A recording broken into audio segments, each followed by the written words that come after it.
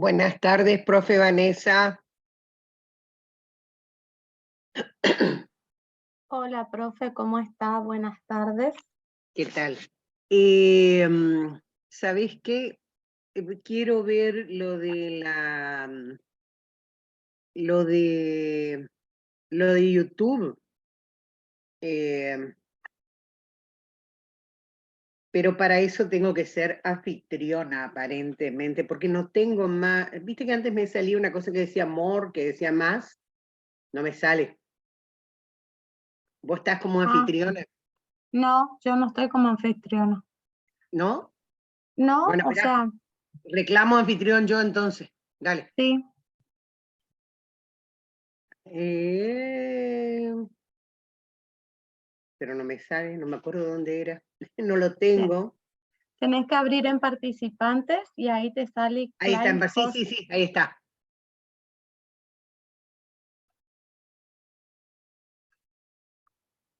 No, no me sale. Che. A ver, me pongo A ver, yo. no, en los puntitos de abajo, claim host, ahí está. ¿Encontraste? Sí, sí, sí, ya está. Lo que pasa que como unos días que no tuvimos, Sí. me olvido de los detallecitos. Eh,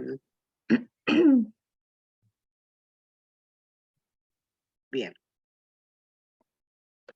bueno. Y ahí voy a ver, ahí sí me aparece el more para hacer por el live de YouTube. Ujú. Bien. ¿Vos no necesitas que yo te ponga como anfitriona para esto?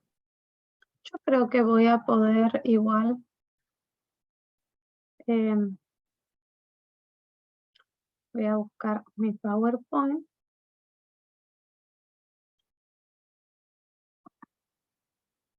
A ver. Sí, ahí está el live en YouTube. A ver si me permite esta vez. Son 7:29, ¿vamos a empezar enseguida? Sí, profe, sí, vamos a ser puntuales. Este, Así después quedarán los chicos para hacer las consultas. Bueno, Igual tenemos 29 participantes. sí, estuve mirando que son solamente 20. Bueno, cuando yo entré eran 19 en realidad. Sí. Bien.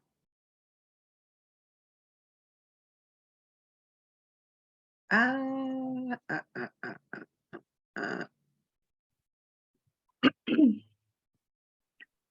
Pero vos sabés que no me sale, Chelo, de... A ver. Ah, está, retransmitir el Zoom. Va queriendo, va queriendo.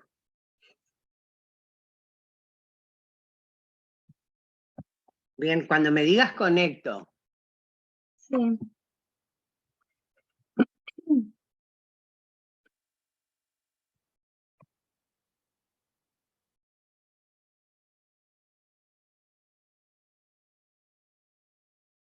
Son y 30, profe, si quiere iniciamos. Y yo tengo y 30 también, sí.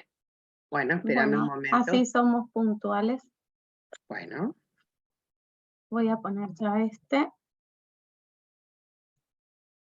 a ver qué me dice. Conectar en vivo, puse.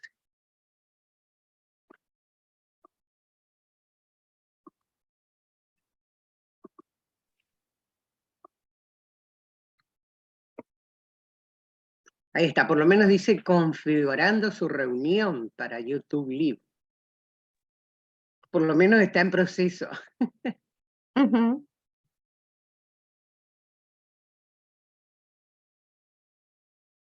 Bien, ahí ya está. Se ve Bueno, tu pantalla. se ve en mi pantalla bien. Lo que yo no voy a ver es el chat, ¿sí? Así que, Espera un momento porque vos sabés que, claro, espera, alguno de los dos yo tengo que cerrarle no sé cuál, pero en uno de los dos tengo que cerrar porque va a salir encima de lo tuyo. Acá puede ser el volumen, a ver. Ahí. ¿Ahí sale? ¿Me escuchás? Yo sí te escucho bien. Bueno, y ahí ya no sale, por lo menos, espero que le salga el sonido para los chicos. Igual te digo, estamos 33 acá.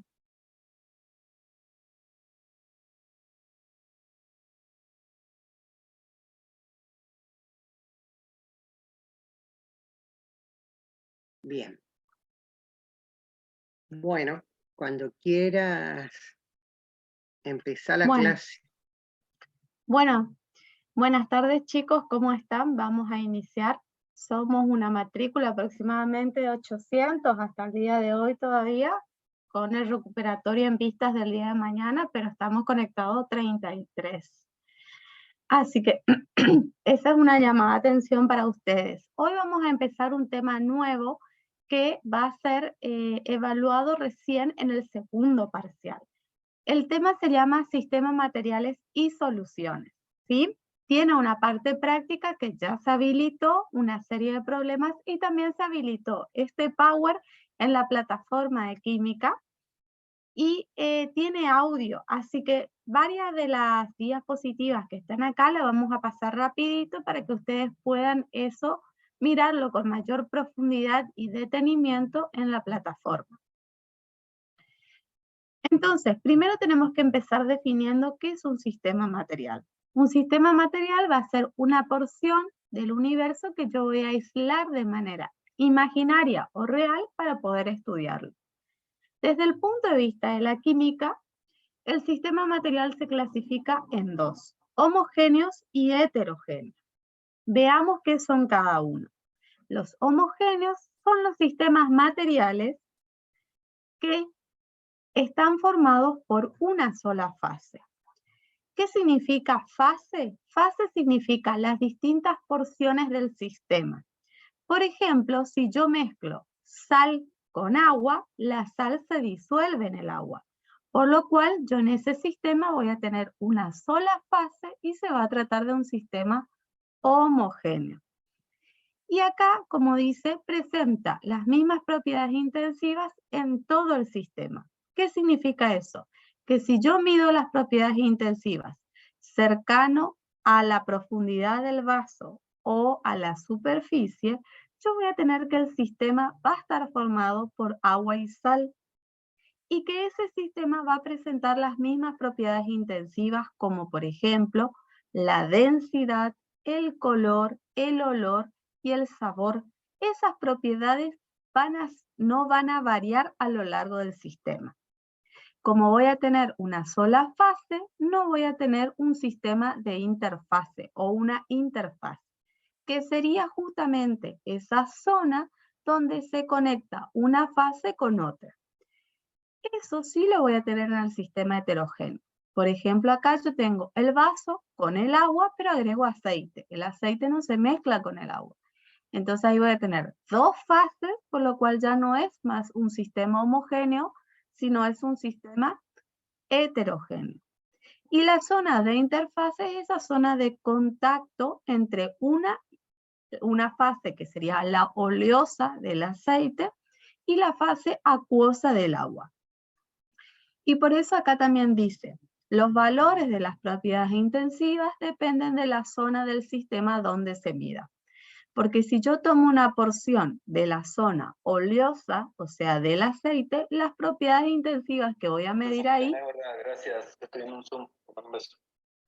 van a ser las propiedades del aceite. Si yo mido si yo tomo una porción de donde se encuentra la fase acuosa, voy a tener las propiedades intensivas del agua.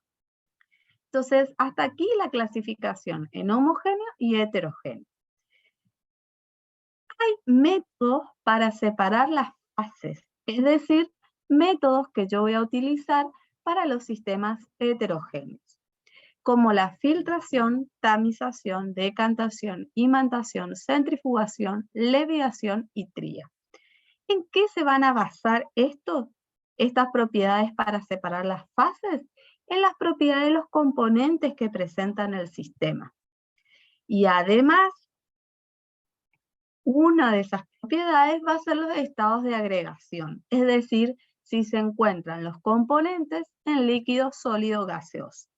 Veamos las dos primeras. La filtración y la tamización. La filtración me permite a mí separar un sólido disuelto en un medio líquido, ¿sí? El sólido, por ejemplo, puede ser la arena que va a quedar retenido en el papel de filtro, y el líquido puede ser el agua que va a caer a través del embudo. Sin embargo, la tamización, por ejemplo, me permite separar distintos sólidos de distintos tamaños. Acá, por ejemplo, ustedes ven que se utiliza tamiz para separar distintos sólidos de distintos tamaños, y esto, por ejemplo, podría ser para realizar una pericia respecto a una comparación de los distintos elementos de tierra, de un lugar del hecho y del otro. Después tenemos decantación, imantación, centrifugación, levigación y tría. Esos métodos lo pueden ampliar ustedes, ya les dije, en el Power que está subido con sonido que se encuentra en la plataforma. Y los métodos de fraccionamiento, ¿cuándo utilizamos estos métodos de fraccionamiento? Estos métodos los vamos a utilizar, pero para separar los componentes de una mezcla homogénea. Y ahí vamos a tener tres tipos: destilación, cristalización y cromatografía. Veamos algunas. Vamos a la más sencilla, que es la cristalización, que es la que se encuentra acá. ¿En qué consiste? En colocar, por ejemplo, en una cápsula de porcelana, un sistema homogéneo formado por agua y sal, por ejemplo, y se somete a una fuente de calor, como un mechero. Comenzamos a calentar y ¿qué va a pasar? El agua se va a evaporar y a mí me va a quedar en este recipiente solamente la sal, los cristales de sal. De esa manera yo puedo separar los componentes de un sistema homogéneo. Esa es la cristalización. Parecido a eso sería lo que vemos acá como la destilación, simple y fraccionada. La destilación simple la vamos a utilizar para separar, por ejemplo, un líquido de un sólido, como el caso del agua y la sal. Pero con la diferencia de que en la cristalización yo perdía el agua, acá no. Acá yo voy a recuperar el agua en otro recipiente y la sal en otro recipiente. Esto que vemos acá es un balón de destilación. Ahí vamos a colocar una solución formada por agua y sal, al cual se le somete una fuente de calor. ¿Qué va a pasar? Lo mismo que en el caso anterior, el agua se va a evaporar, y como no tiene un lugar de salida porque se encuentra un tapón, esos vapores van a ir por esta tubuladura lateral y se van a encontrar con un tubo refrigerante. ¿Por qué se llama tubo refrigerante? Y porque justamente se encuentra a una temperatura muy distinta a la que tenían en el balón. Ese tubo refrigerante tiene una entrada de agua y una salida de agua, lo que le hace que esté frío. Ese vapor, al encontrarse con una superficie fría en el tubo refrigerante, ¿qué es lo que pasa? Inmediatamente se condensa, es decir, vuelve a pasar ese vapor al estado de líquido. Y de esa forma yo voy a recolectar el líquido en el Erlenmeyer. Entonces, el líquido voy a tener en el Erlenmeyer y el sólido me va a quedar depositado en forma de cristales en el balón. Eso, repito, es la destilación simple. La destilación fraccionada es similar a la destilación simple, con la diferencia que se agrega una columna. ¿Cuál es la función de esta columna? La función de esta columna es para separar líquidos que tienen distintos puntos de ebullición. Es decir, que la destilación fraccionada me permite separar a mí líquidos, dos líquidos que son miscibles entre sí, que se mezclan y que forman un sistema homogéneo. Por ejemplo, el agua y el alcohol. El alcohol tiene su punto de ebullición alrededor de los 70 grados, mientras que el agua a los 100 grados. Entonces, coloco mi sistema en el balón.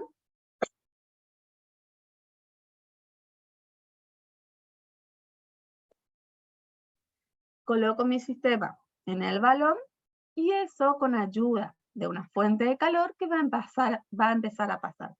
Va a aumentar la temperatura hasta que llegue el punto de ebullición del líquido que tiene menor, que en este caso es el alcohol. Va a pasar al estado de vapor.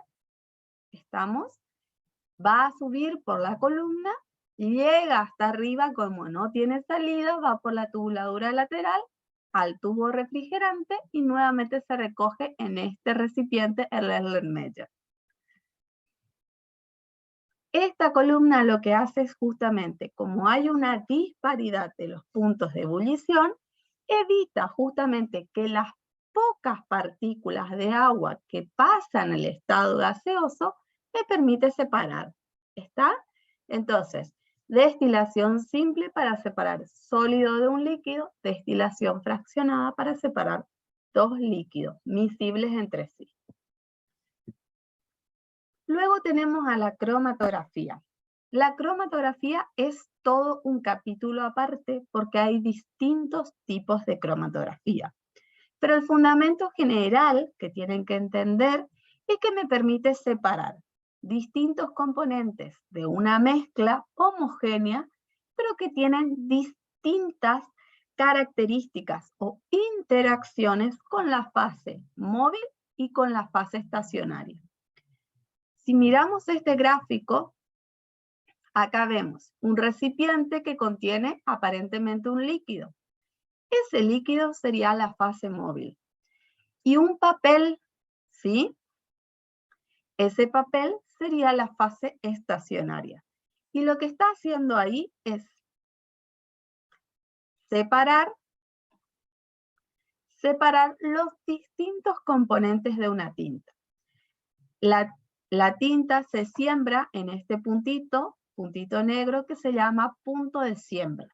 Ahí se deposita una pequeña cantidad de la muestra, luego ese papel se sumerge dentro de un líquido que es generalmente una mezcla de solventes, y esos solventes van a arrastrar los distintos componentes y de acuerdo a la interacción con esa fase móvil, se van separando los distintos componentes de la mezcla.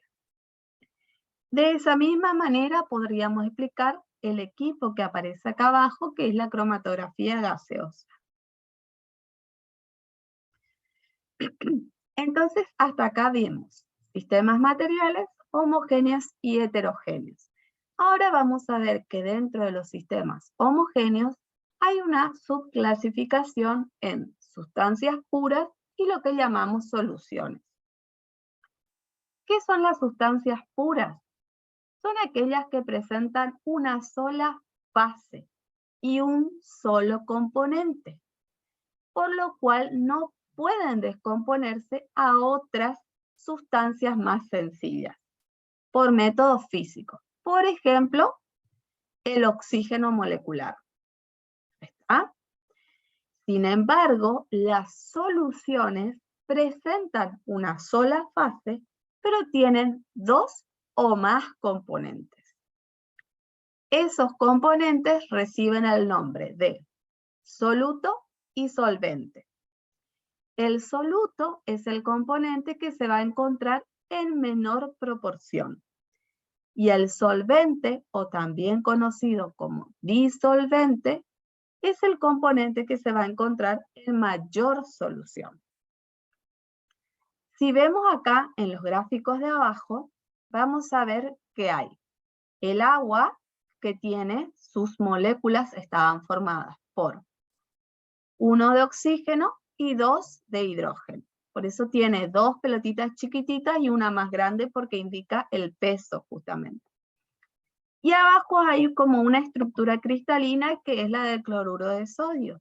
Si recuerdan, el cloruro de sodio es un compuesto iónico que forma una red tridimensional, una red cristalina tridimensional.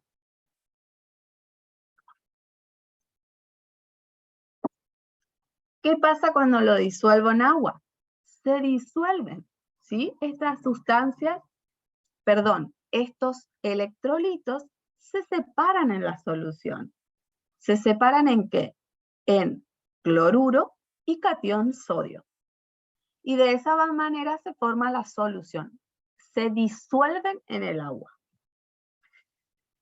Y justamente cuando hablamos de solubilidad, que lo representamos con la letra S, expresa la cantidad de soluto que se disuelve en una determinada cantidad de disolvente o solvente a una temperatura dada. ¿Y por qué decimos a una temperatura dada? Porque justamente esta solubilidad vamos a ver que se ve afectada por varios factores.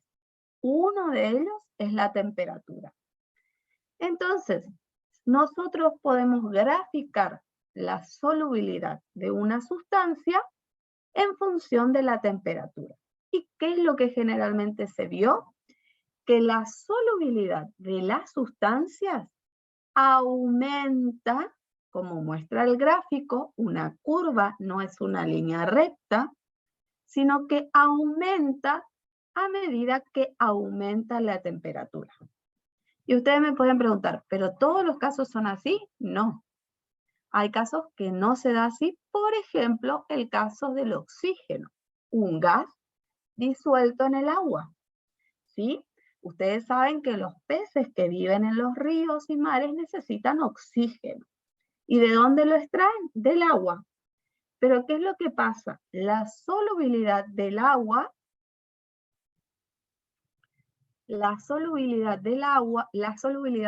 del oxígeno disminuye a medida que aumenta la temperatura. Por eso es que se ha producido, hay casos de alta mortandad de peces cercano a industrias donde desechan líquidos a altas temperaturas, modificando de esta manera la temperatura del agua del río. Entonces, si aumenta la temperatura del agua del río, va a haber menos oxígeno para los peces, por lo cual se puede producir la mortandad de los mismos. Si buscan, van a encontrar casos que se ha producido intoxicación de esta forma. Como dijimos, uno de los factores que afecta a la solubilidad es la temperatura, pero no es el único. También tiene que ver con el tipo de soluto y solvente. Cuando el soluto presenta unas características similares al solvente, entonces es más fácil su disolución. En cambio, cuando son diferentes, dificulta la disolución de los mismos. Pensemos lo siguiente. Nosotros dijimos que el alcohol se disolvía en el agua. ¿Por qué? Porque el alcohol es una sustancia polar que se disuelve en el agua, que también es polar. Pero ¿qué pasa si se derrama petróleo, por ejemplo? El petróleo es una mezcla de hidrocarburos. Esos hidrocarburos son sustancias no polares. Entonces no se van a disolver en el agua, por lo cual generan esa mancha que solemos ver cuando se derrama petróleo. Bien, tipo de soluto y solvente, temperatura, que dijimos que generalmente aumenta la solubilidad cuando aumenta la temperatura, y también con la presión. Pero en la presión tenemos que tener en cuenta en aquellos solutos que son gaseosos. ¿Qué pasa ahí? También aumenta, a medida que aumenta la presión, aumenta la solubilidad.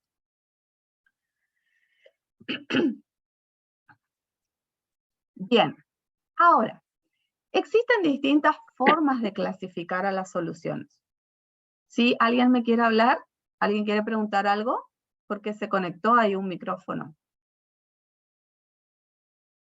¿No? En el chat no hay nada, ¿eh? Ah, bueno. Estoy mirando, revisando el chat y no hay preguntas. Igual estamos poquitos, somos 44.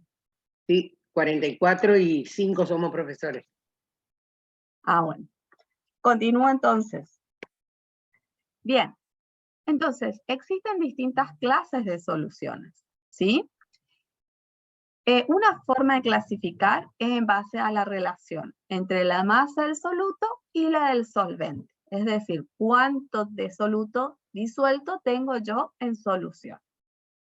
Ahí tenemos se clasifican en solución diluida, concentrada y saturada.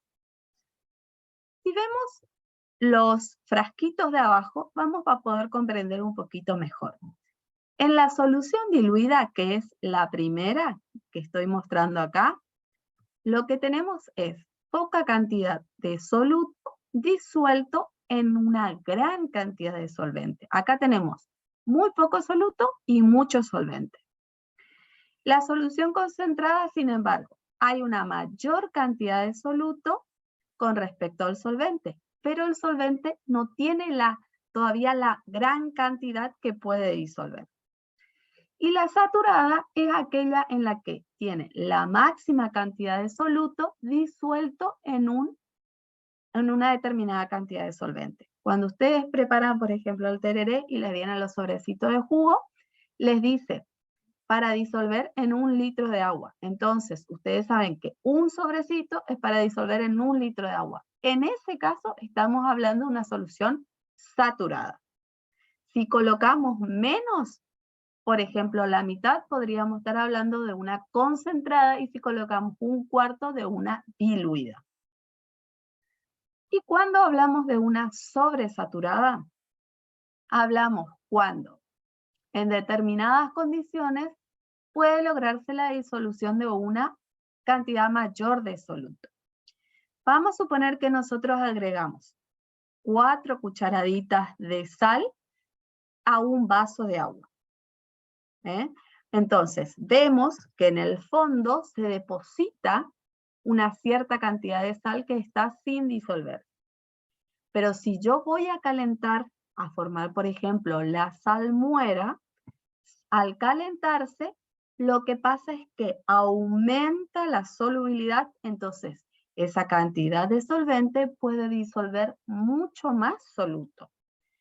Y a eso es lo que se denomina solución sobresaturada. Para preparar soluciones, en el laboratorio contamos con diferentes elementos. Uno de ellos se los puede clasificar en aforados y graduados. Los aforados son los que tienen una marca, como las que les estoy indicando, que indican una determinada cantidad. Por ejemplo, el primero es un matraz, que sirve para preparar soluciones y puede tener el aforo para 100, 250, para 500 mililitros o para 1 litro. Lo mismo las pipetas. Y hay otros como el graduado, que ya viene graduado por escala. Depende del volumen que vaya a medir.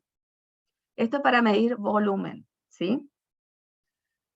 Acá está el mismo gráfico, y si tenemos sustancias sólidas, ya vamos a necesitar una balanza de precisión, ¿sí? Bueno, entonces, viendo la serie de problemas, no sé si tienen a mano, pero el primer ejercicio decía, escribe un ejemplo de una disolución que contenga un sólido disuelto en un líquido. ¿Cuál sería el ejemplo ahí? El cloruro de sodio, que vimos que está disuelto en agua. Después, el B decía, un gas disuelto en un gas. Ahí podemos pensar en el oxígeno o el nitrógeno, que están disueltos en el aire. Y un gas disuelto en un líquido es lo que vimos también, el oxígeno disuelto en el agua del río. Eso en cuanto a la serie de problemas del ejercicio 1. El ejercicio 2 le decía, ¿qué significa que la solubilidad del cloruro de sodio, esperen que voy a correr porque, ahí está, en agua a 20 grados Celsius sea de 35 gramos del cloruro de sodio sobre 100 gramos de agua? ¿Qué significa esto? Esto es como un código, y lo que ustedes tienen que hacer, o lo que le está pidiendo acá el problema, es que decodifiquen ese código, que expliquen qué es lo que se entiende ese 35 gramos de cloruro de sodio en 100 gramos de agua. ¿Y qué significa? Significa que 35 gramos del cloruro de sodio se disuelven completamente en 100 gramos de agua a una temperatura dada, que es la que les da ahí, que es de 20 grados Celsius. Bien.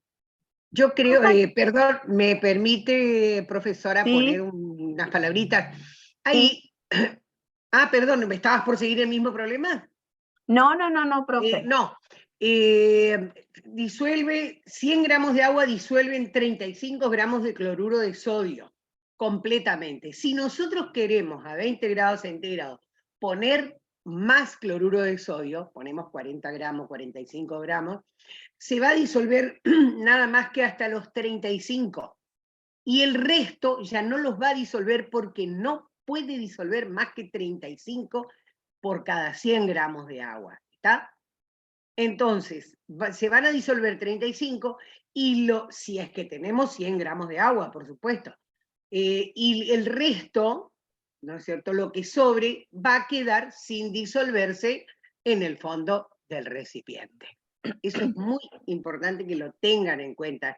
Es que esos 35 gramos es la cantidad máxima que puede disolver 100 gramos de agua a 20 grados centígrados. Más no, menos sí, pero ya la solución no va a ser una solución saturada, sino que va a ser una solución que va a tener menos cantidad que el valor de saturación. Esto es lo que llamamos el valor de saturación también.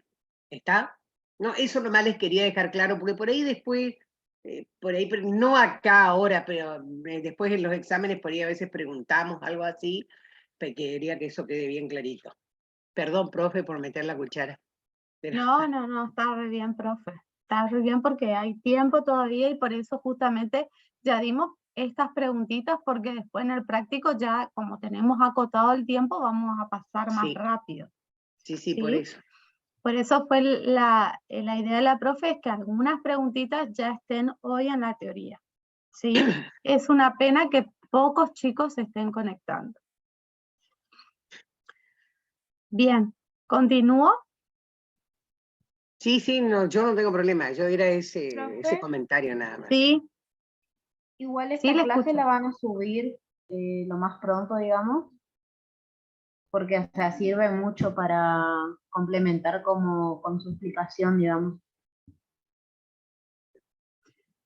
Sí, igual se está transmitiendo en YouTube y vamos a intentar subir. No sé si, la profe, ¿vos pusiste a grabar, Anita? No, Sí, yo no puse a grabar, pero hay alguien que está grabando porque dice recording. Tengo a alguien que está entonces grabando. Entonces va a quedar en YouTube también. Pero en YouTube va a quedar, una vez que está ahí, queda en YouTube. Sí, no sabía por eso. Bien. Bueno, continuamos entonces. Bueno, una vez visto la solubilidad, ahora vamos a expresar la concentración de una solución. ¿A qué se llama concentración de una solución? A la cantidad de soluto disuelto en una determinada cantidad de solución, ¿sí? Esa cantidad de soluto lo podemos expresar en gramos o mililitros y eso va a depender justamente de las características de nuestro soluto. Lo mismo va a pasar con la solución que podemos expresar en gramos o soluto. Ya vimos que podíamos formar soluciones en estado gaseoso, en estado sólido o en estado líquido. Las que comúnmente se utilizan son las de estado líquido. Pero también tenemos que saber que hay soluciones sólidas como por ejemplo las de aleaciones, las mezclas de los metales, ¿sí? Las monedas que circulan son una aleación, una mezcla de metales. Y eso es una solución, porque nosotros vemos una sola fase. Entonces, veamos las formas de expresar esta concentración. Existen varias formas de expresar la concentración. Una es en términos de porcentaje. Y ahí tenemos tres tipos. Porcentaje de peso en peso que va a establecer la masa de soluto disuelto en 100 gramos de solución. Porcentaje de peso en volumen. Va a establecer o me va a indicar la masa de soluto por cada 100 mililitros de solución. Y el porcentaje de volumen en volumen que me va a expresar los mililitros de soluto por cada 100 mililitros de solución. ¿Estamos? Bien, vamos a ver un ejercicio que está en la guía también, referente a cómo se expresa o qué significa o cómo decodifico este tipo de concentración. El ejercicio dice, si no me equivoco, el ejercicio 6, la verdad que me olvidé de ponerle el número. Dice, calcule la masa del sulfato 6 de níquel 2.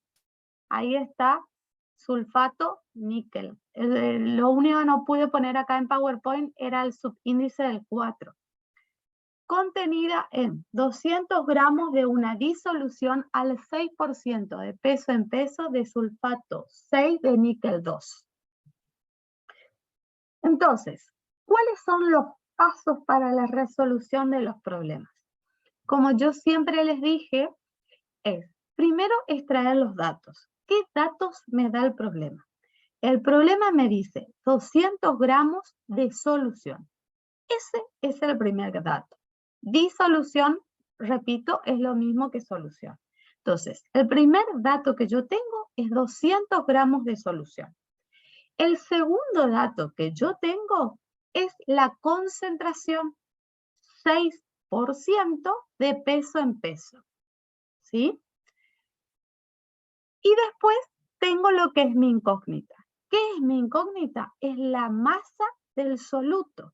¿Por qué digo soluto? Porque el sulfato 6 de níquel 2 va a ser el soluto, es la sustancia que se va a disolver en el agua. Si no aclara, generalmente el solvente universal es el agua. ¿Sí? Entonces, tengo los datos, tengo la incógnita. ¿Qué tengo que hacer ahora? Tengo que decodificar el dato de concentración, ese 6% de peso en peso. Ahí lo que me estoy dando cuenta es que le voy a arreglar después que le puse el porcentaje después. O sea, va primero porcentaje de peso en peso. ¿Qué significa ese 6%, ¿sí? De peso en peso? Significa que en 100 gramos de solución, acá, en 100 gramos de solución hay 6 gramos de soluto. Eso es decodificar lo que se llama la concentración de la solución. En 100 gramos de solución hay 6 gramos de soluto. ¿Y cuál era mi incógnita? Masa de soluto. Entonces, la X ya va inmediatamente debajo del 6. Y el otro dato que tenía era 200 gramos de solución, que va a ir debajo de 100 gramos de solución. Recuerden que lo que está arriba tiene que reiterarse lo que está abajo. Acá dice gramos de solución, abajo dice gramos de solución. ¿Está? ¿Y cómo calculaba esto? Multiplicando 200 por 6 dividido 100. Fíjense que 200 es el doble de 100, o sea que el resultado tiene que ser el doble de 6, que es 12 gramos. ¿Está? Gramos de solución se va con gramos de solución y lo que me queda es gramos de soluto. ¿Se entendió hasta acá? ¿Alguna pregunta? Igual esto es para que ustedes vayan viendo lentamente, pero en clase lo vamos a trabajar a este tipo de ejercicios. ¿Chicos? Sí, se entendió, profe. Bueno. Y si quieren, cualquier pregunta háganla en el chat, yo estoy pendiente del chat, pero nadie pregunta nada. Profe, ¿de dónde salen los 6 gramos? Gracias. Acá, si vos te fijas, no sé si se ve mi cursor, creo que sí, ¿eh? Probá a poner el puntero láser ahí abajo en donde tenés todos los detalles, te dice puntero y dice láser. Y son 2 circulitos rojos y se ve mejor. ¿Lo encontraste? Donde está en el PowerPoint, a la izquierda abajo. Ah, no, pero en la presentación tengo que poner acá. ¿Ahí ven? Sí. De ahí salió el 6%. No, pusiste un lapicito. ¿Ahí? Poné puntero láser. Poné puntero láser y te va a marcar. ¿No tenés puntero láser? No. Ah, bueno. Está bien. O si no tengo mouse, acá. ¿Ahí ven? Sí se ve, profe. Bueno, para mí queda mejor este, entonces le marco. De acá salió el 6 gramos, ¿sí? De decodificar el término de concentración, ¿sí? De acá extrajimos 6% de peso en peso. Entonces, ¿qué significa esto? Significa lo que está acá, que en 100 gramos de solución hay 6 gramos de soluto, ¿sí? Y después lo que hicimos fue colocar 200 gramos donde está, debajo donde está los gramos de solución, ¿sí? Y ahí armé mi regla de 3 simples. Repito, esto yo lo saqué de el enunciado, de acá. Y lo que hice después fue, repito, decodificar. Eso es lo que tienen que hacer. Decodificar qué significa ese 6%. Significa 100 gramos de solución disuelven 6 gramos de soluto. ¿Estamos? Bien, ¿alguna otra pregunta? ¿Sí se entendió? 100 gramos de soluciones del agua, preguntan. Bien, no es del agua. Cuando hablamos de solución es la mezcla ya, ¿sí? Mezcla hablo del soluto más la mezcla del solvente. Es decir que ahí va a estar lo que es el soluto, que es el sulfato de níquel, más lo que es el agua, ¿sí?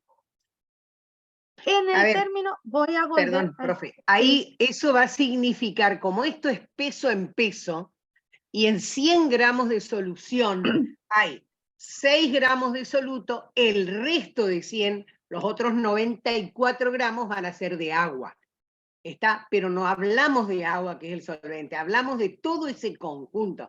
Todo ese conjunto, incluidos los 6 gramos de soluto, pesa 100 gramos. Por eso dice, en 100 gramos de solución de la mezcla ya hay 6 gramos de soluto. Si ustedes miran acá, a ver, no sé qué pasa, que no puedo... ¿Siempre va a ser en gramos, profe? Pregunta no, Valentina. Que no. Ahí está. No, sí, ese es un ejemplo que vimos que está en la guía, ¿sí? Pero acá les decía que hay porcentaje. Si dice de peso en peso, va a ser gramos de soluto en gramos de solución. Si les dice peso en volumen, va a ser gramos de soluto, pero en 100 mililitros de solución. Si les dice de volumen en volumen, van a ser mililitros en 100 mililitros de solución, ¿sí? Fíjense, la P lo tienen que relacionar con la G de los gramos, ¿sí? Porque esa es la unidad que se toma. Y la B lo tienen que relacionar con los mililitros. Lo que siempre va a ser es 100, 100, 100. ¿Por qué? Porque estamos hablando de porcentaje. ¿Está? No sé si respondí. Creo que sí, pero yo, viste. Seguí nomás. Se entiende, sí, dicen los chicos, sí. Sí, ahí habría el chat. Bien. Bueno, otra forma de expresar la concentración es a través de la molaridad. La molaridad se representa con la letra M mayúscula. ¿Y qué me va a indicar a mí? Me va a indicar el número de moles de soluto disueltos en 1 litro de solución, ¿sí? Es como que yo agarro 1 mol y lo disuelvo en 1 litro de solución. No expreso en gramos. Igualmente yo sé que el mol, 1 mol, corresponde al peso molecular del compuesto o del elemento, según lo que esté hablando. Entonces, la fórmula química de molaridad es moles de soluto disueltos en 1 litro de solución. ¿Estamos?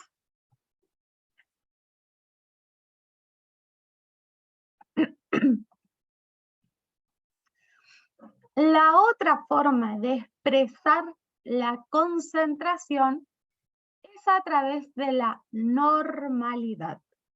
La normalidad establece el número de equivalentes gramos disueltos en 1 litro de solución.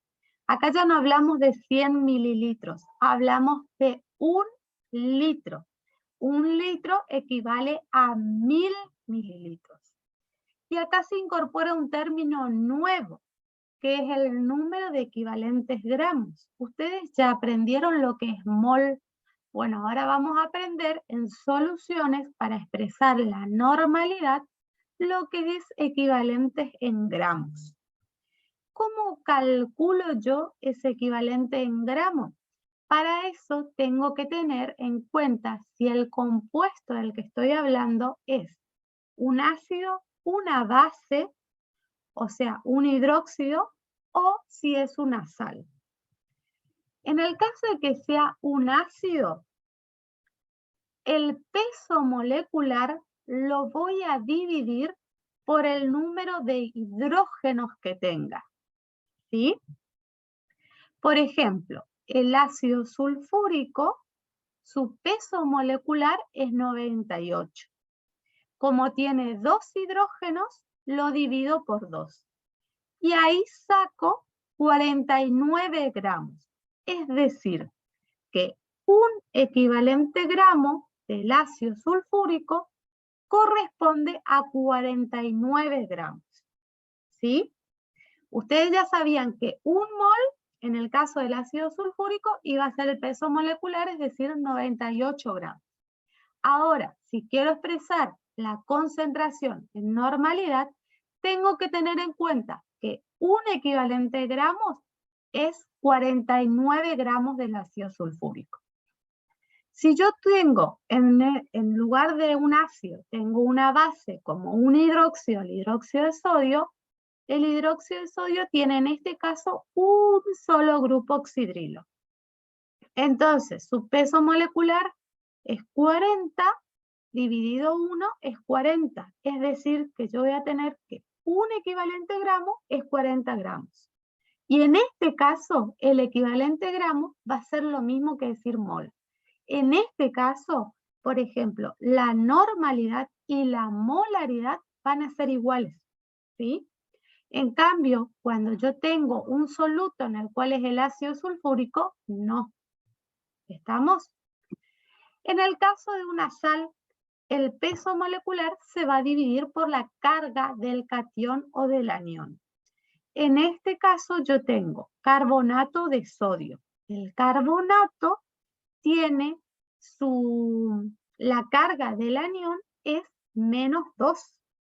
Entonces, el peso molecular del carbonato de sodio, que es 106, lo voy a dividir por 2. Dividido por 2 me da 53 gramos. Eso en cuanto a la normalidad, porque repito, es otro término que vimos ahora que es equivalente en gramos. Y hasta acá, molaridad y normalidad siempre se expresaban en 1 litro de solución. 1 litro de solución.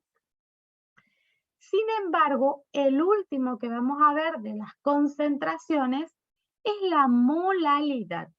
La molalidad se expresa con la letra M minúscula y me va a indicar el número de moles de soluto pero por cada kilogramo de solvente. Ya hablamos de otra cosa distinta. Hablamos acá de kilogramos de solvente. Hablamos también de moles de soluto, pero por cada kilogramo de solvente. Bien, esas son las formas de expresar la concentración. Ahora, por ahí en su carrera lo que se van a topar mucho es con otra forma de expresar la concentración, por ejemplo, en las bebidas alcohólicas, que se expresa, es una forma de expresar cómo se llama grado alcohólico volumétrico o graduación alcohólica. Es una forma de expresar también en términos de porcentaje. Porque ¿qué es lo que se expresa? Expresa los grados en volumen de alcohol, del etanol que tienen, pero disueltos en 100 mililitros del producto, ¿sí? Si, por ejemplo, una bebida destilada tiene una graduación alcohólica del 40%, eso significa que en cada 100 mililitros de ese producto, 40 mililitros son de etanol. ¿Estamos? Bien, acá como dice, el vino generalmente tiene una graduación de 13,5 grados. ¿Qué significa eso? De que hay 13,5 mililitros de etanol por cada 100 mililitros de vino. Bueno, y hasta aquí es lo que teníamos del tema de soluciones. La serie de problemas están puestas en la plataforma, pero nosotros lo vamos a desarrollar después del recuperatorio. La clase después del recuperatorio va a ser de la serie de problemas. No sé si tienen alguna pregunta respecto al tema.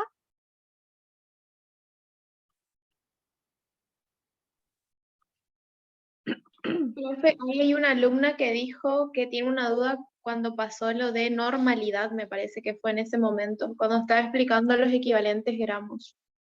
A ver, ¿puede explicar Ya otra no. vez?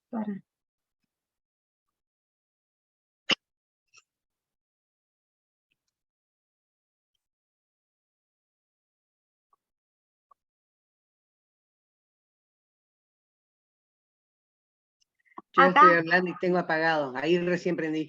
Janina, fíjate a ver, ¿qué es lo que querías que la profesora explique? Lo último del vino y eso, gracias, dice otra alumna. ¿Qué quería que explique eso? No, no es la misma, dice, profe, después podría volver a explicar lo último del vino y eso, gracias. Ah, ok.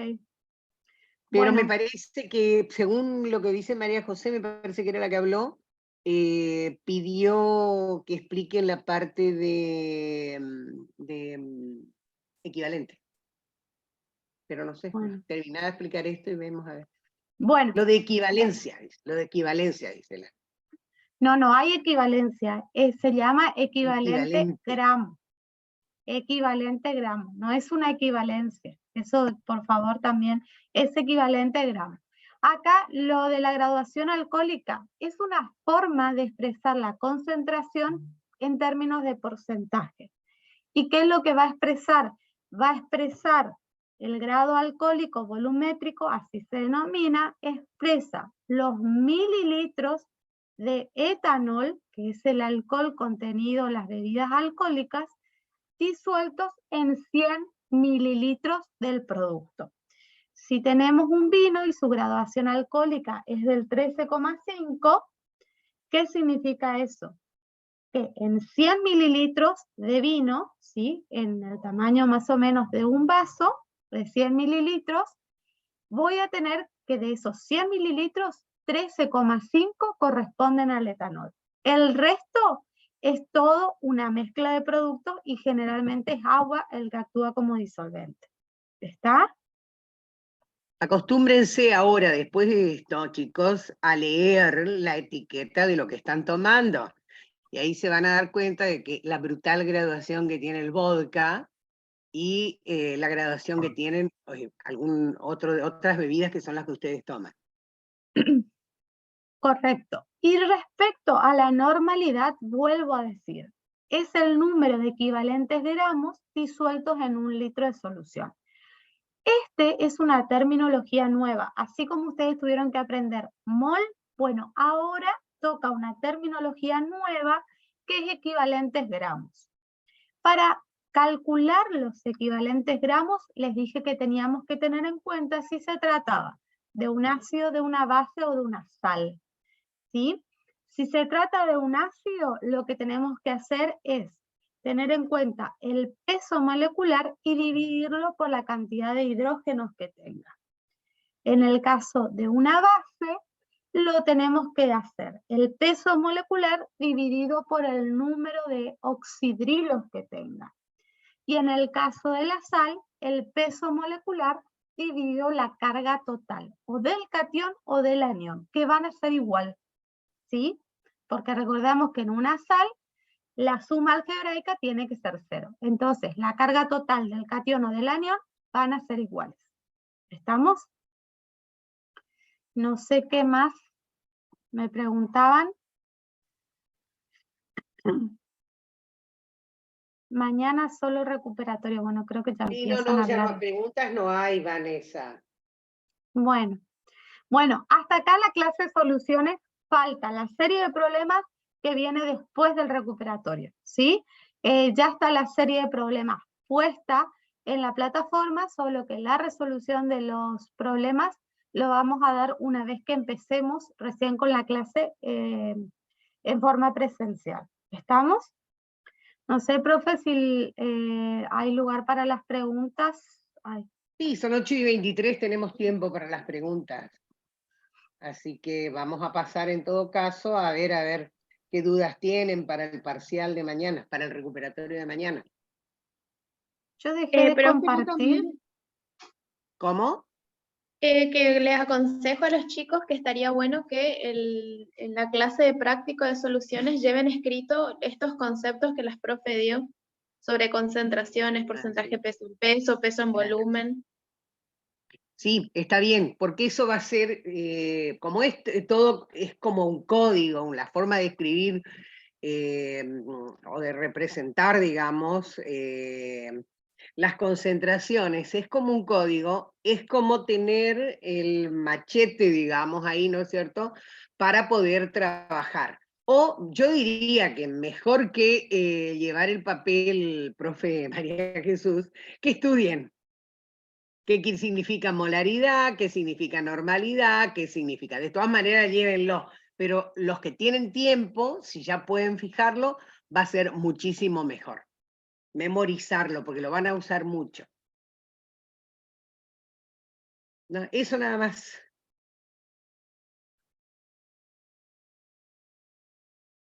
Hay preguntas, chicos, a ver, los que tienen, bueno, muchas de las personas que veo acá en el Zoom, tienen que recuperar mañana, así que aprovechen a preguntar cualquier duda que tengan.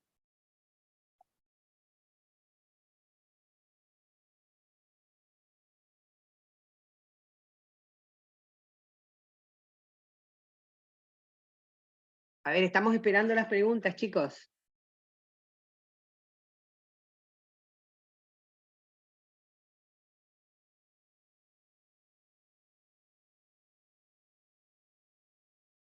El recuperatorio de mañana es cada uno en su horario. Los que iban en el primer turno, 7:30.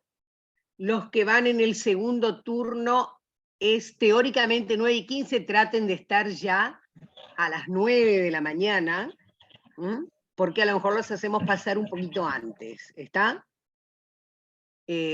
Así tomamos la asistencia y demás. Y los que van a los que tienen que rendir 11 menos cuarto, que traten de estar 11 menos cuarto o un poquito antes inclusive, o los de las 11, digamos, que estén a más tardar, más o menos 11 menos cuarto, cosa de empezar ni bien terminamos con el otro grupo. Así les dan margen para, si no les ocupamos parte del tiempo del examen para la asistencia y que pasen al aula. Son 10 preguntas, ¿Mismo modelo o es más extenso? No, no es más extenso, son 10 preguntas. Si no pudieron contestar 10 preguntas, no le vamos a poner más todavía, porque sigue siendo 1 hora el examen, ¿está? Así que vuelven a hacer 10 preguntas.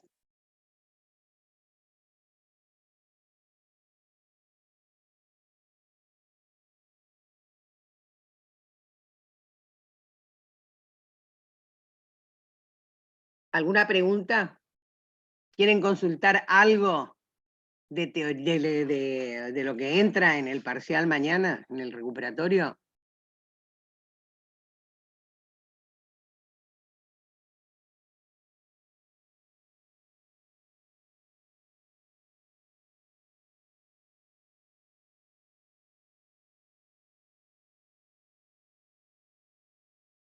Sí, algo de nomenclatura hay en el examen. No es mucho, pero hay algo de nomenclatura. Hay ejercicios donde ustedes tienen la nomenclatura y alguna cosita por ahí, pero no es mucho, pero está. Sí. Algunos grupos por ahí tienen algo de nomenclatura. Pero ahí lo que ustedes tienen que saber es cuándo usamos oso, cuándo usamos ico, en el caso que tenga una sola valé, un número de oxidación, 2 números de oxidación, 3 o 4 números de oxidación.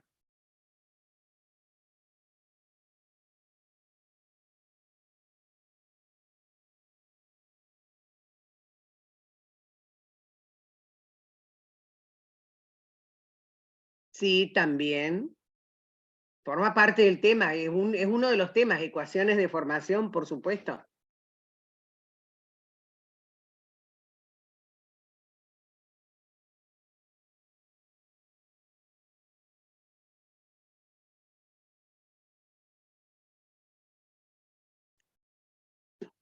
Eso también entra.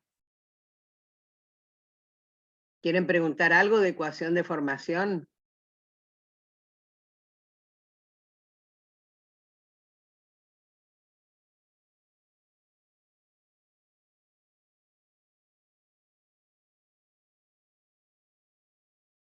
¿Algo más?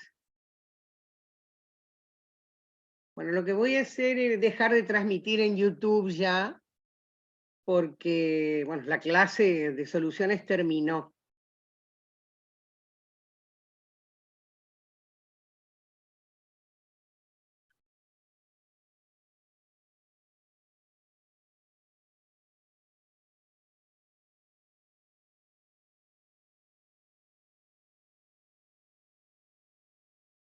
¿Alguna otra pregunta?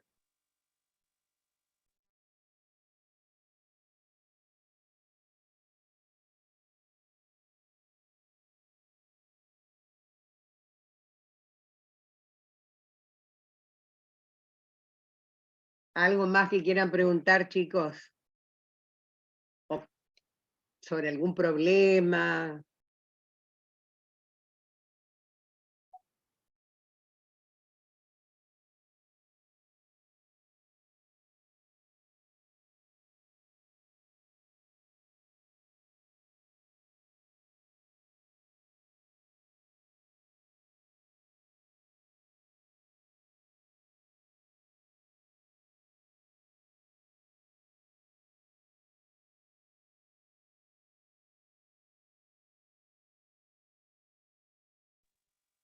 Ahí hay 2 preguntas, profe. Sí, estoy mirando, estoy leyendo. Había un ejercicio sobre si era iónico o metálico. No, lo que si es el ejercicio que yo pienso, no, me parece que es el que preguntaba qué tipo de unión había y cuál era la fórmula, porque ABBA, en el único lugar donde aparecían así, Sí, sí, era ese. ¿ese era? Sí, yo creo que sí. Lo que pasa es que usted, a ver, primero, si la unión es metálica, por lo general son elementos del mismo tipo. Y ustedes se dan cuenta porque es un metal o son 2 metales juntos. ¿Está? A ver, Y si no, si son dos elementos diferentes, digamos, ¿no es cierto? Lo que ustedes ahí sí tienen que hacer es hacer la diferencia de electronegatividad para saber si es iónico o covalente. Para metálico tienen que ser dos metales o directamente un único metal unido los átomos de ese metal entre sí. ¿De acuerdo? Sí, y aparte para reconocer quiénes hay, quiénes ven, nosotros les damos el número atómico generalmente, no es que van por orden de electronegatividad, solamente tienen que mirar el número atómico, van a la tabla y reconocen cuáles son esos dos elementos. Y ahí, por diferencia de electronegatividad, determinan qué tipo de enlace los une y hacen la fórmula de ese compuesto. ¿Está contestada la pregunta? Bueno, después dice, si tengo CH, COO, CH, deja de ser una cadena. Esa O que está en el medio, está CO y después viene una O que tiene dos rayitas, digamos, ¿no es cierto? Ese es un oxígeno que está actuando como un puente entre dos cadenas carbonadas. Entonces ustedes ahí tienen una cadena antes del oxígeno y otra cadena después del oxígeno. Ese oxígeno actúa como un puente entre las dos cadenas que corresponde a un éter, a un éster o a un anhídrido, según lo que esté unido a los carbonos que van unidos a ese oxígeno. Pero ya al tener un oxígeno que tiene número de oxidación 2, que tiene dos uniones, uniendo dos cadenas carbonadas, en realidad son dos cadenas carbonadas y no una sola. ¿Está? Y los ejercicios, no sé si está contestada la pregunta, LD. Ahora, después, Profe, los ejercicios... ¿Cómo? de todas maneras el compuesto orgánico ahí está incompleto porque le faltan hidrógenos, Sí. lógicamente. Sí, O sí, sea, sí, yo me refiero a lo que es la cadena, digamos. exacto, que ellos tienen que ver eso también de que tiene que estar completo la cantidad de hidrógenos. Claro, sí, sí, sí, sí, más vale. Sí. Sí, yo tomé, digamos, como que estaba preguntando grupos funcionales ahí, digamos. Para mí eso, así puesto, es un, ¿qué cosa? Eso es un éster. Le faltan los Exacto. hidrógenos y le faltan, bueno, o sea, A a lo los mejor más costados. carbono. Yo interpreté como que, bueno, estaba poniendo el Lo que tipo de se compuesto nada confundieron, más.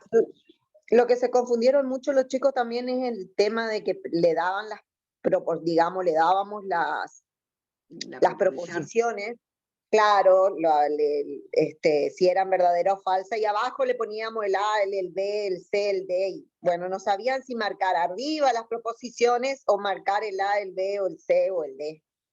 Yo creo que a eso también se refería la chica esta que estaba recién preguntando por el A, B, eso que puso en mayúscula. Ella hablaba de los ítems A, ítem B, No, ítem me C. parece que no. Me ¿No? parece que estaba, porque había un ejercicio donde pedía la fórmula del compuesto. A, B, A, B2, A2B.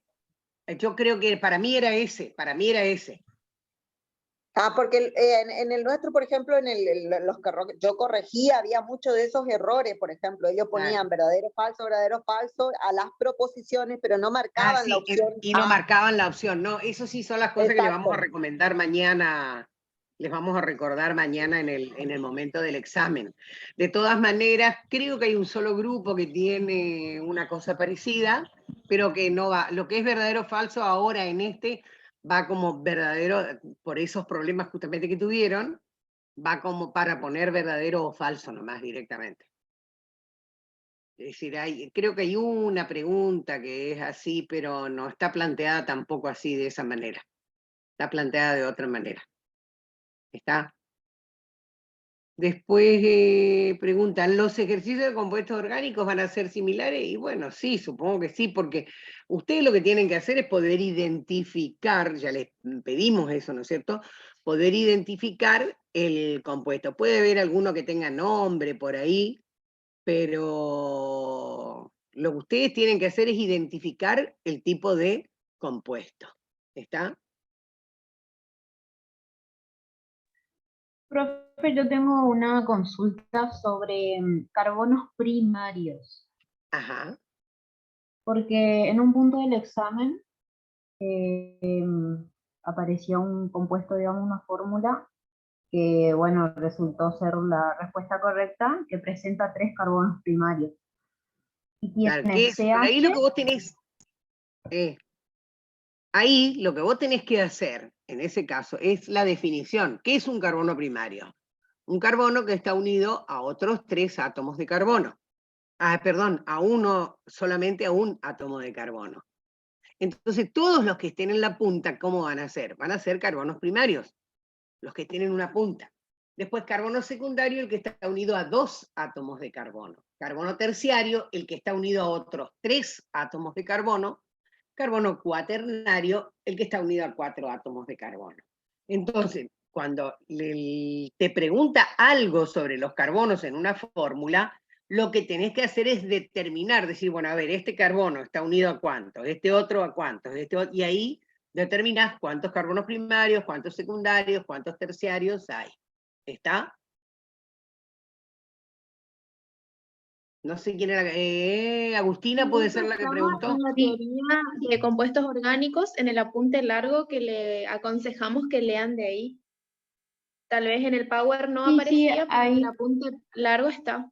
Está creo la que definición y donde el ejemplo. dice carbono, donde da el ejemplo de carbono cuaternario, no sé si yo malinterpreto, pero creo que es el mismo ejemplo que el carbono terciario y tampoco entendí eso. O sea, en la Carbono fórmula está los cuaternario, mismos. chicos, carbono terciario está unido tiene sus rayitas, sus uniones, van a otros 3 carbonos. Y en un carbono cuaternario va a 4 carbonos y ese carbono no va a tener ningún hidrógeno. Está porque ya no le queda lugar para eso. Ustedes lo que tienen que mirar, una vez que tienen la fórmula semidesarrollada, es agarrar y contar cada uno de los carbonos a cuántos, o el carbono que les está preguntando, a cuántos otros átomos de carbono está unido. Y eso lo va a determinar si es primario, secundario, terciario o cuaternario. No sé el ejemplo cómo estará ahí, capaz que por ahí hay un error en el ejemplo, pero esa es la definición. Ustedes tienen que saber la definición. Un carbono es terciario cuando está unido a otros 3 átomos de carbono en un compuesto orgánico, por supuesto. Cuaternario cuando está unido a 4 átomos de carbono. Ustedes miran la fórmula y eso se van a dar cuenta. ¿Está?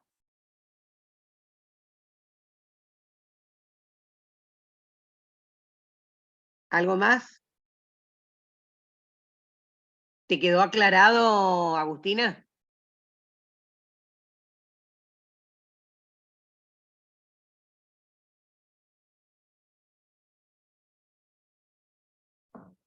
Ahí más o menos le escribí cómo estaba y tiene una ramificación también. Eso es el del examen. ¿Pero qué es lo que querés saber de ahí? Que esos 3 carbonos, antes del triple enlace, son carbonos primarios. No, antes del triple enlace, no. Son los carbonos. Porque así dijo la profesora. A ver, si el enlace es triple, eso no está bien lo que escribiste ahí. Si el enlace es triple, el de la punta va a tener hidrógenos y si sigue la cadena carbonada, el otro no va a tener hidrógeno. Es mirar la fórmula y decir, a ver, ¿a cuántos carbonos está unido? ¿Cuántos otros átomos de carbono? Ahí, en tu dibujo, en tu dibujito, en lo que vos escribiste ahí en el chat, todo, el primero es un carbono primario. Le faltan los hidrógenos, ¿eh? Me pusiste triple enlace acá, bueno, son 4. Empezando a contar desde la derecha, le faltan todos los hidrógenos, no están bien los hidrógenos. El primero, ¿a cuántos átomos de carbono está unido? Agustina. ¿A 3? No, Porque a está 1. hidrógeno. No, está unido hacia la derecha a un átomo de carbono. ¿Hay algún otro átomo de carbono rodeándolo? No es cuántos hay en la cadena que le sigue. Porque vos estás interpretando como que hay 3, porque es el CH, el Profe, carbono del triple. y el otro. ¿Está? Profe, me parece que ella está confundiendo lo que es enlace simple, doble y triple con carbono primario, secundario y terciario. Son conceptos diferentes. No, profe, Ajá. o sea, No, me yo parece que quiero no. saber- No, ella lo que ella me parece que está confundiendo es cuántos carbonos siguen después del carbono que ella está contando. Tomá el de la izquierda. ¿Te ubicás en lo que escribiste? ¿A cuántos profe, lo átomos que de yo le carbono quiero está decir- unido? No cuántos hay en la cadena, porque se imaginan si hay 20 o 50 en la cadena, no hay carbono. Hay hasta No, cuaternarios profe, nada más. disculpe, yo le digo, la profesora de la comisión 6 corrigió como que eso son 3, la cadena contiene 3 carbonos primarios. No, no. No te corrigió por eso, por lo que vos decís. Si es el que yo pienso, había 3 carbonos primarios. Si es el ejercicio que yo pienso. ¿Está? Porque había 3 carbonos de punta. Los que están en la punta están unidos solamente al átomo de carbono que le sigue o que está antes. ¿De acuerdo? Los que están en la punta siempre van a ser carbonos primarios porque van a estar unidos nada más que a un carbono. Los que están adentro pueden estar unidos a 2, como tu segundo carbono contando desde la izquierda. ¿Te ubicás en este que estoy poniendo yo? Ah, sí, entonces sería de los dos extremos que están acá en las dos puntas, digamos, y la ramificación que tenía también en el Claro, compuesto. tenés un carbono primario tiene una sola rayita a un carbono. Un carbono, pero una sola rayita, pero no porque sea unión simple, sino porque hay un único carbono. Un carbono secundario tiene, como este que tenés acá, tiene una rayita para la izquierda, para ese carbono, y otra rayita, otro enlace para la derecha. Por eso es secundario. Si tuviera una ramificación, ¿cómo sería? Terciario. Y si tuviera 2 ramificaciones, uno para arriba y uno para abajo, sería cuaternario. A ver, lo que pasa es que no tengo las lapiceras acá. A ver, espera, a ver si te puedo mostrar en el pizarrón. A ver si te puedo mostrar. Esperame un momento. No sé si alguna de las chicas tiene pizarrón ahí como para mostrar.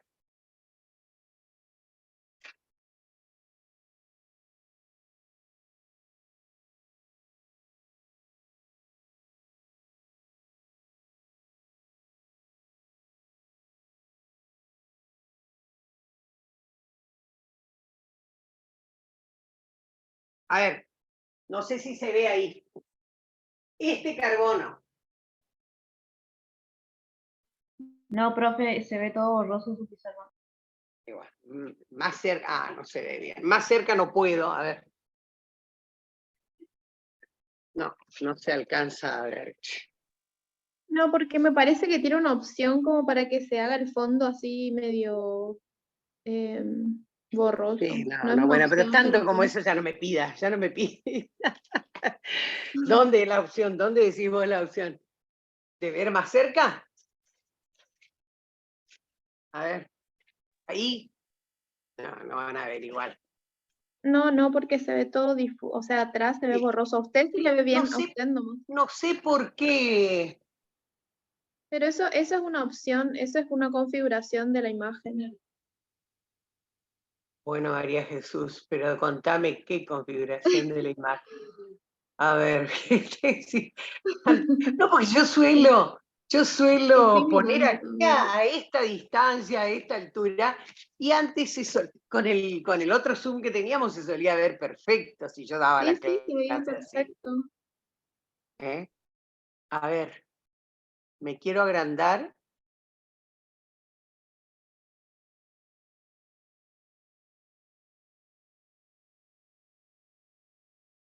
Ahí. ¿No se ve tampoco? No. Tiene desenfocado el fondo, profe. ¿Y dónde está la configuración esa? Contame Cuando un poquito. tiene que ir a donde está la camarita, vio que tiene una flechita en el costado, y Para ahí tiene arriba, que ahí ver, está. y ahí tiene que ver la configuración de la cámara. Ahí está. Bueno, ahí está. ¿Se ve? Bueno, fíjense, ahí sí se ve. Bueno, gracias. Siempre se aprende algo nuevo. Bueno, ahí fíjense, a ver. Vamos a poner otro carbono acá. Este carbono, ¿a cuántos está unido? Les faltan todos los hidrógenos, ahí hice nada más que el esqueleto. ¿A cuántos carbonos está unido este? Solamente a este. Por lo tanto, este va a ser primario. ¿Está? Este, ¿a cuántos está unido? A 1, a 2, a 3. Este es terciario. ¿Está? ¿Este a cuántos está unido? A 1, al de allá. Por lo tanto, este va a ser primario. ¿De acuerdo? Este, ¿a cuántos está unido? Nada más que a este de arriba. Por lo tanto, este también es primario. Fíjense, todos los primarios son ¿cuáles? Los de las puntas. Y los de adentro pueden ser secundarios, pueden ser terciarios o pueden ser cuaternarios. No sé por qué me sale la imagen al revés. No sé, ¿ustedes la están viendo al revés? No, pero se vio bien, profe. Y en el ejemplo que se dio en el parcial, la respuesta era que presenta 3 carbonos primarios. Y justamente como dice la profe, son los 2 de los extremos y el carbono de la ramificación. Y el último carbono de la ramificación, sí. ¿Está contestada la pregunta? Sí, profe, ahora sí entendí. Bueno. ¿Algo más?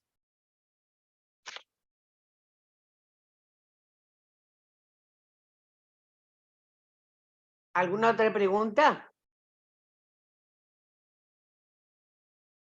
¿LD está todavía?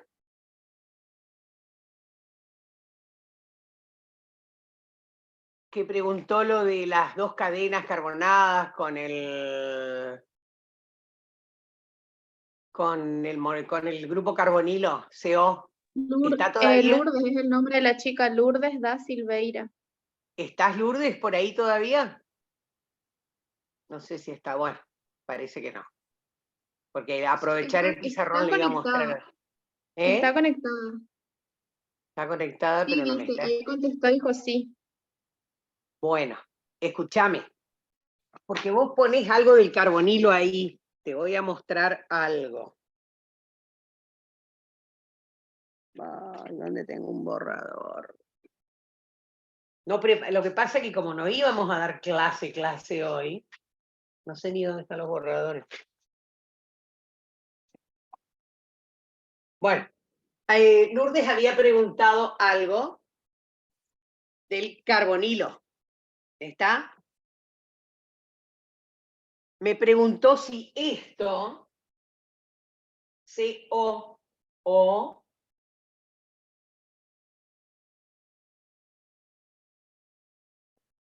bueno, eran 2 cadenas carbonadas. Esta O que está aquí es un grupo carbonilo. Por lo tanto, va a estar así. ¿Se ve lo que estoy escribiendo? Bien. Sí, se ve, profe. Bueno, va a estar así. Entonces, esto es una cadena carbonada. Esto de acá es como un puente de oxígeno y la otra es una cadena carbonada. ¿Está? Y ella puso algo de que yo no había visto el CO, algo así. Esto es una cadena carbonada y ¿esto qué es? Tiene un oxígeno como puente, de un lado hay un grupo carbonilo y del otro lado hay un grupo CH, grupo alquilo, ¿no es cierto? Con hidrógeno, sí. Pero Lo que ella si dice que no sabía era que el carbono se podía unir al oxígeno. Ella pensaba que solamente el carbono se une a otros carbonos. Esa era su duda, digamos. Ah, esa era la duda. Ah, bueno, porque pero ella escribió algo que yo le quería aclarar. Si este CO no tiene oxígeno y está en el medio de la cadena carbonada, cuidado, en el medio adentro de una misma cadena, esto es así. Y entonces esto sí es una sola cadena carbonada. Cuidado con eso. ¿Está? ¿Está la aclaración? ¿Se entiende? Siempre que haya la O tenemos éster, éster, anhidro, según lo que está unido acá. Y ahí son 2 cadenas carbonadas. Acá yo no tengo el oxígeno como puente para los 2 lados. Entonces, este grupo carbonilo que está dentro, que corresponde a qué grupo, a una cetona, esto sí es una única cadena carbonada. Esa es la aclaración que le quería hacer, que no le podía hacer si no le mostraba. ¿Está? Sí, ahí dijo que está. Que sí, que Bueno, está bien. perfecto. ¿Alguna otra pregunta?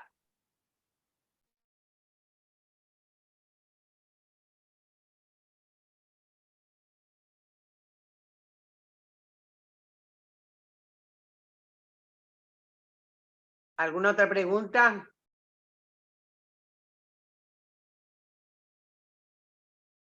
Chicos.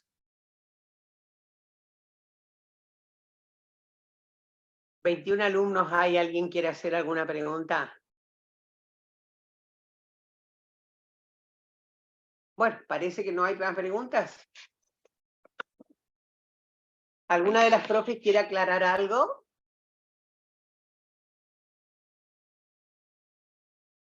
Profesora Árnica, profesora Castro, profesora